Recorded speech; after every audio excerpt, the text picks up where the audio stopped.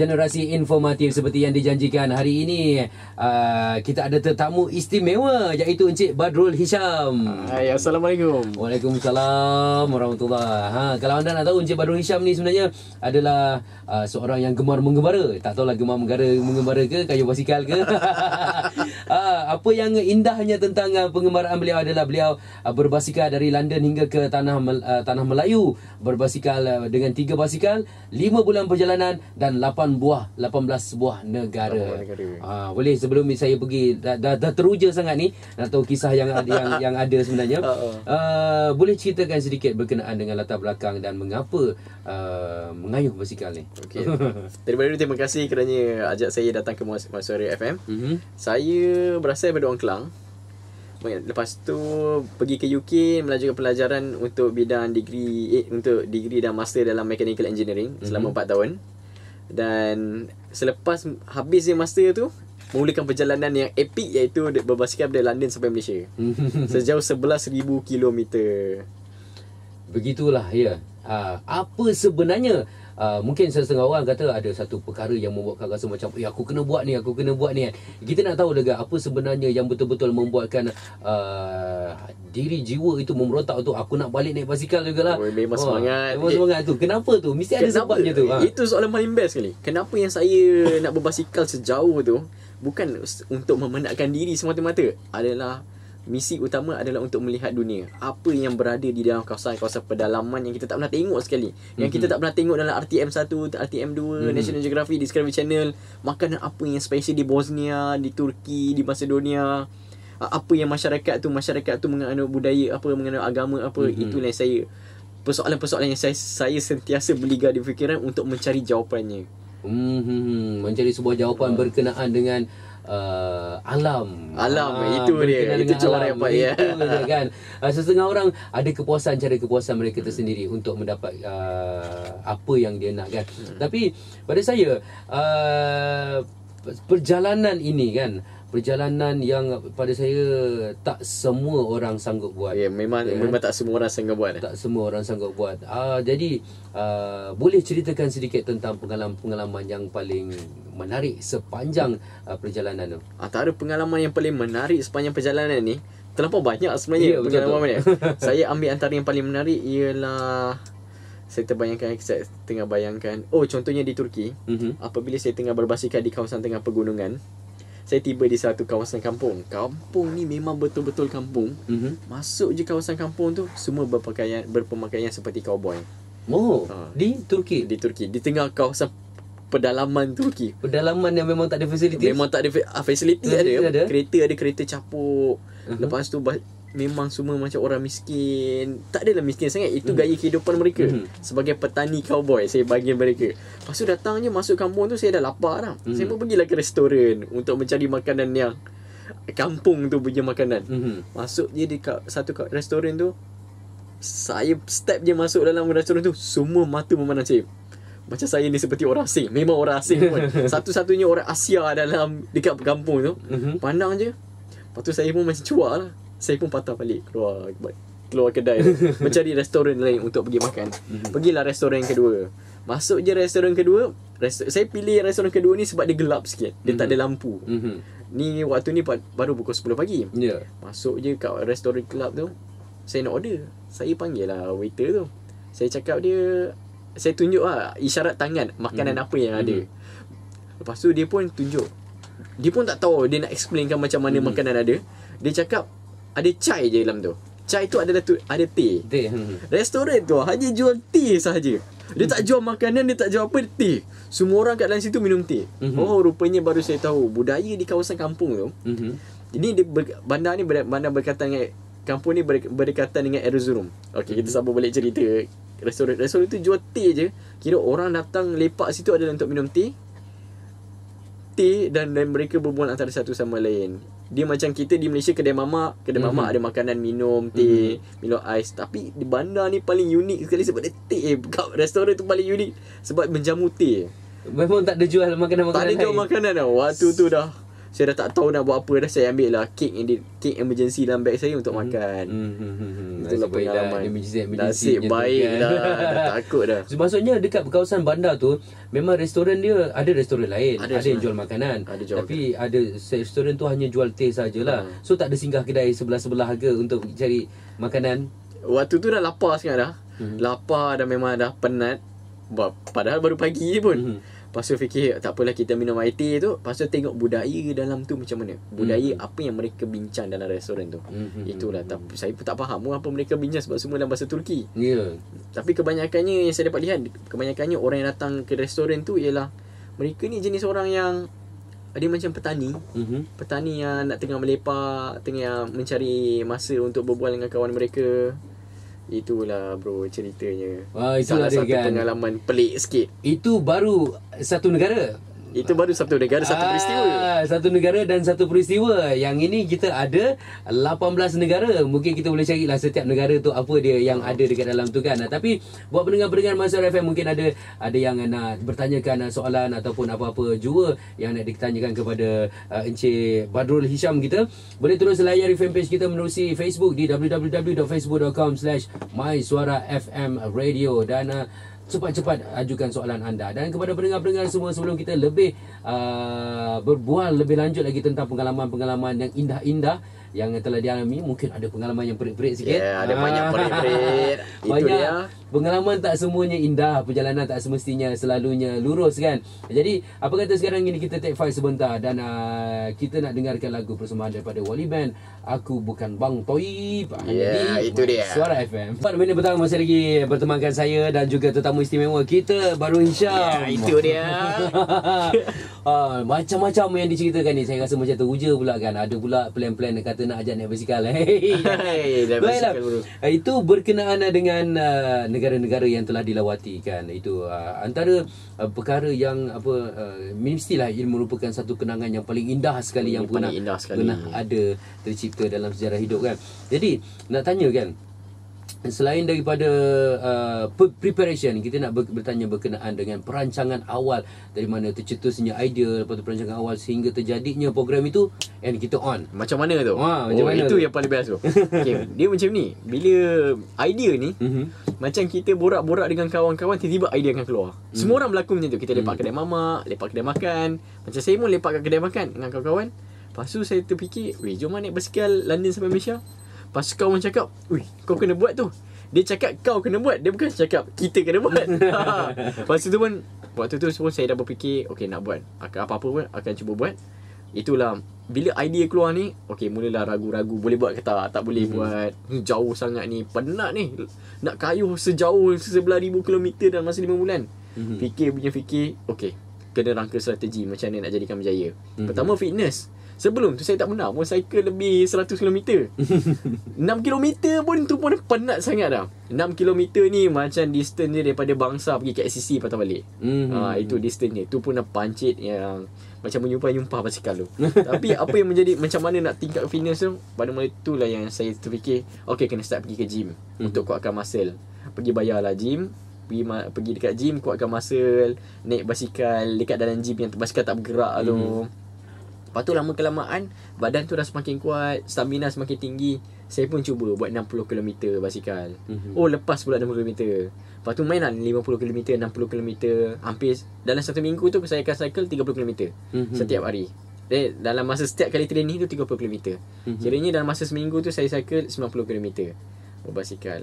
Tapi 90 km dalam masa seminggu, itu realitinya saya akan berbasikal setiap hari. Kalau naik yang perjalanan Aventura pulang ke Melaya, 700 km satu hari dalam masa seminggu. Jadi saya pun cuba lagi tingkatkan intensity dia, lama-lama badan akan adapt kepada yang cabaran untuk berbasikal ke 100 km. Itulah preparation daripada segi fizikal. Lepas tu preparation daripada segi kat mana nak tidur tu, saya dengan kawan saya berada masa-masa di UK. Kami pergi ke kawasan satu pegunungan di Yorkshire, berhampiran dengan Stadium Manchester United. Kami pergi berkemah di situ selama 1 malam. 2 malam. Waktu tu sangatlah sejuk, suhu -5. Itu saya nak menguji badan saya boleh tak tahan suhu -5 ni. Bangun pagi ada salji babe. Memang sejuk bro. Itulah. Lepas tu saya discover yang okay, saya boleh tahan -5 ni dengan pakaian yang betul. Lepas tu okay, fizikal dah siap, mental pun dah siap, tinggal nak ready je naik basikal. Itu dia bro. Okey, basikal basikal ada jenis-jenis basikal ke yang dia kata memang untuk yang tahan lama, yang apa orang kata memang untuk memang untuk mengembara lah basikal ni, memang pilih brand yang untuk mengembara ataupun basikal-basikal biasa je? Okey, waktu saya dapat ilham naik basikal tu, saya hanya tahu basikal ada 2 tayar kat belakang, ada 2 brake depan belakang dengan ada handle. Itu je. Yang saya tahu. Saya tak tahu kenapa basikal dekat dunia ni ada sampai RM5,000, RM10,000, RM15,000, RM20,000, sampai RM30,000 pun ada. Benda tu yang saya dulu memang tak faham. Tapi bila jadi pun saya pergilah ke kedai basikal, beli basikal paling murah sekali RM250 sebagai basikal training saya. Saya fikir basikal cukuplah sebagai basikal. Dia hanyalah method of transportation. Lepas naik basikal yang pertama tu, training selalu bawa pergi Manchester naik basikal tu, bangga lah ada basikal RM250 tu. Lepas tu hilang, kena curi. Lepas kena curi tu tak putus asa lagi, saya beli basikal kedua. Basikal ni harga RM500 mountain bike. Saya pun dah suka dah. Inilah yang saya bagi tahu kawan-kawan saya, inilah basikal yang akan saya balik ke Malaysia. Hilang juga, kena curi. Dia pencuri yang profesional dekat luar. Waktu tu saya dalam rumah, dia curi kat luar. Dah lock pun dah. Lepas tu apa yang jadi adalah saya dah tak tahu dah nak buat apa dah. Nak beli basikal yang betul-betul untuk balik Malaysia ni, saya tengok dekat internet mahal sangat. RM3,000, RM4,000, RM5,000. Orang biasa macam kita ni susah untuk kumpul duit untuk beli basikal je. Jadi saya fikir macam mana saya nak buat dah. Alhamdulillah kawan saya berikan saya satu basikal. Basikal yang berharga RM3,000. Rezeki turun daripada langit lah. Ni memang tak disangka. Basikal tu bukan basikal touring punya basikal jauh. Ini basikal untuk gerak dalam bandar. Tapi saya ubahkan basikal tu, basikal apa yang ada yang cukup syarat tu, untuk dijadikan basikal perjalanan sampai Malaysia. Saya letak beg kat depan belakang, saya improvekan sikit brake dia, bagi lagi kuat, bagi letak minyak lagi, bagi dia licin. Macam apa tu, alat-alat ganti tu semua ada standby kan? Macam getah brake, tube basikal, pam tayar. Semua tu memang semua dah standby. Semua dah ada bro. Benda okey, cerita perjalanan ni paling kurang 20 pancit saya kena. Saya dah sampai dah tak terkira dah pancit tu berapa banyak dah. Sebab setiap kali pancit tu pancit, lepas tu buka basikal. Tapi pengalaman menarik lah. Pancit repair. Lama-lama dah jadi pro lah. Buka kedai basikal. Lepas tu basikal pun, sebab dia basikal yang cukup syarat je, macam-macam lah rosak bro. Ada kadang-kadang rosak, rantai pernah rosak, gear pernah rosak. Tapi hidup ni dia bukannya kalau kita rosak tu kita kena mengalah. Hidup ni lepas kita jatuh tu apa kita nak buat? Itulah definisi kejayaan sebenar. Kita tak semestinya kita kena kaya baru kita boleh berjaya. Ada impian di situ, ada ada jalan. Itulah saya selalu bagi tahu kawan saya, kalau nak melancong ni tak perlu duit banyak-banyak. Ada impian, ada jalan, duit sikit, kita gamble. Gamble macam tu. Gamble je bro. Itulah dia kan. Baiklah pendengar-pendengar MySuara FM, dengar tu, mungkin boleh memberi sedikit suntikan semangat kepada anda semua untuk meneruskan perjalanan hidup anda. Jatuh bangun sesuatu itu adalah ujian daripada Allah Subhanahu Wa Taala. Kita hanya merancang, tapi apa-apa pun Tuhan juga yang menentukan. Yang penting hidup mesti gamble. Kalau kita tak rada selagi tu kita tak tahu. Itu dia bro. Dapat cantik lah. Baiklah buat pendengar-pendengar semua, kita nak rehat sekejap kan. Ada banyak lagi perkara yang nak dikongsikan sebenarnya ni. Kalau ikutkan pengembaraan selama 5 bulan ni, mana cukup 1 jam nak disembangkan. Kurang-kurang dalam 3-4 hari, 3-4 minggu juga ni. Baru boleh habis kan. Tapi apa pun buat pendengar-pendengar semua, kalau anda nak dapatkan nak tahu lebih lanjut berkenaan dengan pengembaraan ini, boleh dapatkan buku Adventura Pulang ke Malaysia, tulisan Badrul Hisham, terbitan Dubuk. Jadi jangan lupa boleh dapatkan dia di mana-mana saja kedai buku yang berdekatan dengan anda. Baiklah, sekarang ini apa kata kita teruskan berehat sebentar bersama dengan Dadali dengan lagunya Di Saat Sendiri, MySuara FM. Dadali. Ya, dengar, ini adalah antara tetamu yang pada saya mempunyai kegilaan. Kegilaan yang tersendiri, di mana tak semua manusia mempunyai satu kegilaan yang seperti dia buat ni. Macam saya sendiri pun belum capai lagi masa tu. Kan? Ya. Baiklah. Sepanjang tempoh perjalanan mesti ada pahit getir, berhadapan dengan situasi-situasi cemas. Mungkin ada perkara-perkara yang boleh dikongsikan kepada pendengar semua. Okey. Situasi cemas. Ini lagi cemas daripada cemas lah ni. Contohnya ada satu benda yang berlaku. Saya sedang berbasikal menuju ke Syria untuk pergi ke Mekah waktu tu. Sambil tengah berbasikal di kawasan pegunungan padang pasir, ada satu motor kapcai, ada 2 orang atas motor tu berhenti kat depan saya. Sedangkan dia orang baik. Dia nak pergi minum. Selalunya orang Turki ni akan ajak minum air teh, akan pergi ajak tinggal kat rumah mereka, pergi makan sama-sama. Tapi ini lain pada lain. Dia orang nak rompak saya. Okey. Waktu dia nak rompak saya tu, itulah pengalaman yang paling cemas. Ini pengalaman pertama kali saya kena rompak, bukan di Malaysia, bukan di England, tapi di Turki. Dia berhentikan basikal saya nak cuba lari tapi tak dapat lari. Lepas tu dia buka beg saya. Dia 2 orang tu berketinggian hampir lebih kurang sama macam orang Malaysia, 160 cm, badan seberat lebih kurang berat 55, 56 ataupun 60 kg. Kulit seperti orang petani, kulit gelap. Okey, muka memang muka ganas. So waktu tu saya nak lari dah tak boleh lari dah. Nak buat macam mana ni? Sebab barang dia dah pergi ambil dah. Lepas tu dia pegang basikal saya, dia buka beg yang paling berharga saya ada. Dalam tu ada dompet, ada GoPro, ada telefon. Pertama dia bawa keluar telefon Moto G saya yang murah ni, bawa keluar. Lepas tu dia letakkan balik. Dia jumpa lagi barang harga, iaitu dompet. Dalam dompet tu saya terletak RM1,000 cash. Itu kesilapan saya paling besar. Sepatutnya duit kita kena bahagi di beg yang berbeza. Tapi saya letak, hari tu je saya terletak semua duit pada satu dompet yang sama. Kemudian apa yang berlaku? Dia bawa keluar dompet tu, dia tengok duit, dia ambil. Perompak A ambil RM100, perompak B ambil RM200. Perompak dua-dua ambil RM200, RM200.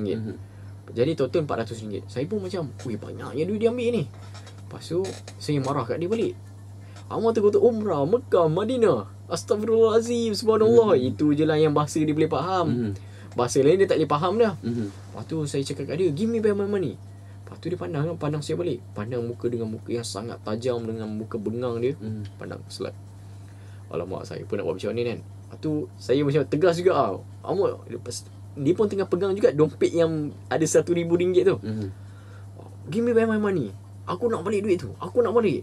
Sebab waktu tu saya memang nak, duit pun dah tinggal sikit dah. Duit bukai. Kalau dia ambil tu memang nak pergi mana dah. Inilah waktu yang paling cemas. Kemudiannya perompak tu berubah hati. Itulah mungkin sebab bagi perompak tu, dalam banyak-banyak orang dia nak rompak orang pergi ke Mekah, Madinah buat umrah. Memang dia rasa bersalah. Dipanjangkan, dipendekkan ceritanya menjadi sependek kacang padi, cili padi. Perompak tu pulangkan balik duit dia pulangkan RM100. Jadi dia pulangkan duit RM100 dan dia pulangkan dompet. Telefon tu pun dia tak jadi ambil. Dia ambil lah RM300. Dia peluk saya, dia cium pipi kiri, pipi kanan. Lepas tu dia ulurkan, awak ni isap rokok ke? Lepas tu saya cakap, yok tu macam tak. Saya tengah nak berbasikal. Lepas tu dia pun melambai. Lepas tu dia gerak balik naik motor. Alhamdulillah. Tapi dia ambil juga duit. Ambil lah juga RM300. Dia pulangkan balik duit yang banyak tu. Alhamdulillah, tak kena rompak semua kan. Itu pengalaman dirompak, hanya satu kejadian saja untuk dirompak. Lain-lain lagi. Banyak kali sebenarnya kejadian rompak ambil berlaku. Tapi perompak ni bila dia akan pandang dengan mata yang sangat tajam daripada jauh. Tapi bila selepas saya kena rompak tu, saya dah belajar dah. Bila tengah naik basikal ni, perompak ni akan ada sejenis mata yang tajam dan kita tahu dia perompak. Waktu tu kita berhenti je basikal. Kita jagakan jarak antara dia dengan kita. Sebab perompak ni kalau boleh dia tak nak bagi tahu orang ramai dia tu adalah perompak. Jadi kita tunggu je. Dia pandang kita, kita pandang dia. Lama-lama perompak tu dah, bak kata polis, dah lost undercover. Undercover dia dah kantoi dah. Waktu tu dia akan pergi. Jadi itulah pengalaman. Jadi 2-3 kali juga berlaku macam tu. Dia nak rompak tapi tak jadi rompak. Sebab saya dah tahu dia perompak. Saya pandang je, dia pandang slack ke. Macam tu. Itulah salah satu pengalaman. Pengalaman yang cemas juga. Pengalaman ngeri lah. Bukan pengalaman ngeri. Pengalaman yang tak boleh dilupakan adalah apabila sampai je di Dubai, saya dapat diarrhea yang sangat teruk akibat daripada keracunan makanan. Saya ambil daripada Iran. Kenapa saya dapat Iran ni? Okay, sebelum ni di Eropah kita boleh minum air straight daripada pipe. Tapi bila tiba je di Iran ni, saya ingatkan air dia bersih. Saya pun pergilah tandas. Sambil gosok gigi tu, saya fikir dah harga lah nak minum air daripada pipe tu. Minumlah air yang banyak. Lebih kurang 250 ml. Minum. Saya tu lupa yang tak boleh minum. Syarat dia sampai negara ketiga ni tak boleh minum. Malam tu dah rasa lain dah. Esoknya rasa sakit. Rasa macam nak muntah. Sampailah saya ambil ferry daripada Iran pergi ke Dubai. Pendek je ferry dia. Sampai je kat Dubai untuk continue berbasikal tu, saya sakit. Sakit yang agak teruk. Muntah, tak larat, tak boleh makan dah. Memang tak boleh makan. Rasa loya, pening. So benda tak jadi. Itulah saya stay dekat Dubai 7 hari. Lepas tu kemudian saya kembali berbasikal. Tak baik lagi ni pun. Kembali berbasikal untuk menuju ke Oman. Inilah kesilapan yang paling besar. Bila dah sakit, tak boleh naik basikal. Naik basikal hampir pitam di padang pasir. Okay. Nasib baik lah. Lepas tu saya basikal 1 hari, hilang 2 kilogram sebab tak cukup makan. Malam tu nak demam sebab badan dah rosak, dah teruk dah. Sakit, tak dapat makan. Lepas tu basikal di tengah panas, air tak cukup. Esok harinya saya buat call emergency kepada Embassy Malaysia di Oman untuk mengambil saya. Itulah, mereka selamatkan saya di tengah padang pasir dengan menggunakan kereta untuk bawa ke hospital yang berdekatan secepat mungkin. Dan doktor pasti yang saya dapat keracunan makanan, dan doktor pun bagi ubat supaya saya recover secepat mungkin. Itulah pengalaman paling horror lah orang cakap, daripada segi badan. Daripada segi badan lah. Maksudnya rasanya ada rasa macam pada saat itu, pada ketika itu, apa rasanya dan tanggungnya kesakitan tu macam mana? Tanggungnya sakit dia macam nak pingsan. Berasa seperti nak pingsan 1 hari. Tak larat, loya, penat. Tapi basikal lagi tu, teruskan berbasikal. Punyalah semangat. Tapi bila dah sakit tu masuk hospital, doktor dah bagi tahu dah, okey, ini tak boleh continue berbasikal ni. Sebab ni bahaya sangat, boleh rosak badan. Lepas tu saya fikir, ni sekali je seumur hidup ni, degil juga, tak dengar cakap doktor, teruskan basikal. Itulah, kedegilan itulah sebenarnya membawa kejayaan kan. Okey, baiklah, kepada kita nak tanyalah kan, berkenaan dengan buku yang telah ditulis ini. Mengambil masa lama, berapa masa untuk dituliskan? Saya tulis buku ni mengambil masa selama 1 bulan. 1 bulan saja. 1 bulan saja. Dan saya edit semua gambar sendiri. Dan 1 bulan tak lama jugalah. Sebabnya bila kita dah lalui benda tu sendiri, cerita tu dah ada untuk diceritakan. Hanya kena bertukar daripada pengalaman menjadi tulisan. Jadi saya mengambil masa selama 1 bulan. Okey, boleh. Saya nak tanya, menjelang kemerdekaan akan datang ini, apakah mungkin ini adalah satu semangat yang boleh diterapkan di dalam setiap jiwa pendengar-pendengar kita, kebanyakannya generasi muda, generasi Gen Y, dan semangat-semangat seperti ini mungkin ada yang boleh diterapkan dalam semangat untuk kita menuju menyambut hari kemerdekaan kita ni. Mungkin ada boleh kongsikan sedikit berkenaan dengan semangat yang ada di dalam penggembaraan untuk diterapkan dalam sambutan kemerdekaan kita. Okey, ini saya ada story sikit nak untuk story. Okey, boleh. Semasa saya Turki ni dia pelik sikit orangnya. Dia memiliki semangat nasionalistik yang semangat kenegaraan yang melampau. Oh ya. Saya tertanya kenapa? Walaupun industri mereka tak sekuat, tapi mereka membeli produk tempatan mereka. Dengan satu je sebabnya. Sebab mereka percaya bila mereka membeli produk tempatan mereka, mereka akan membangunkan industri, negara mereka akan membangun. Okey, contohnya ada satu syarikat Nestle. Syarikat Nestle hendak masuk ke Turki. Ada satu syarikat tempatan. Nestle ni satu syarikat yang besar kat dunia ni. Dekat Malaysia semua orang guna Nestle. Tapi di Turki, Nestle nak cuba masuk pasaran, tapi orang Turki tak beli. Sebab orang Turki dia tak suka brand luar. Dia nak selamatkan industri mereka. Jadi mereka beli, orang Turki ni beli coklat mereka sendiri. Itu yang menjadikan mereka ni kuat.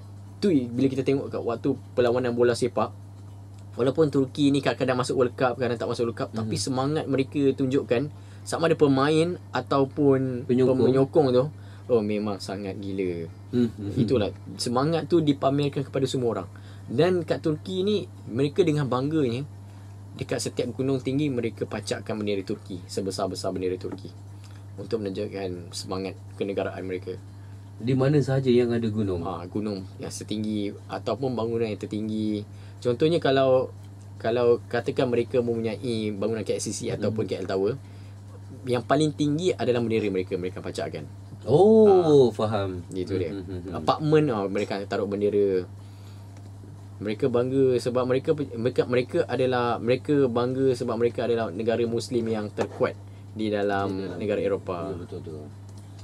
Kan itulah dia kan antara pengalaman-pengalaman yang memang tak boleh dibeli di mana-mana. Tapi buat pendengar-pendengar Mysuara FM yang nak dapatkan lebih banyak informasi berkenaan dengan pengalaman yang telah dilalui ini, boleh dapatkan buku, boleh dibeli. Boleh dibeli dan berjudul Adventura Pulang ke Malaya. London Malaya, 3 basikal, 5 bulan, 18 negara. Mampu. Semua orang boleh buat. Ya, betul tu. Dan mungkin ada kata-kata terakhir untuk pendengar-pendengar Mysuara FM. Okey, kata-kata terakhir ialah dalam hidup ni, kita baik gagal di tengah jalan daripada gagal keluar rumah. Contohnya dalam apa-apa yang pendengar yang buat, baik gagal kita tengah berusaha daripada gagal kita tak cuba langsung. Kita tak cuba. Paling kurang pun kita dapat pengalaman yang berharga. Itulah untuk resepi untuk berjaya. Mudah, ringkas dan terkesan. Itu dia. Baiklah ya. Kami di pihak Mysuara FM ingin mengucapkan jutaan terima kasih kepada Encik Badrul Hisham kerana sudi meluangkan masa bersama dengan kami ni untuk menceritakan tentang pengalaman dan juga berkenaan dengan buku yang diterbitkan oleh Dubuk. Okey, baiklah. Buat pendengar-pendengar semua, masih lagi bertemankan saya sehingga jam 4 nanti, dan jadi terus setia dengarkan kami. Dan akhir kata dari saya, terima kasih banyak-banyak. InsyaAllah kita akan jumpa lagi. Terima kasih kepada Mysuara FM. Iyalah, jumpa lagi. Bye. Bye-bye.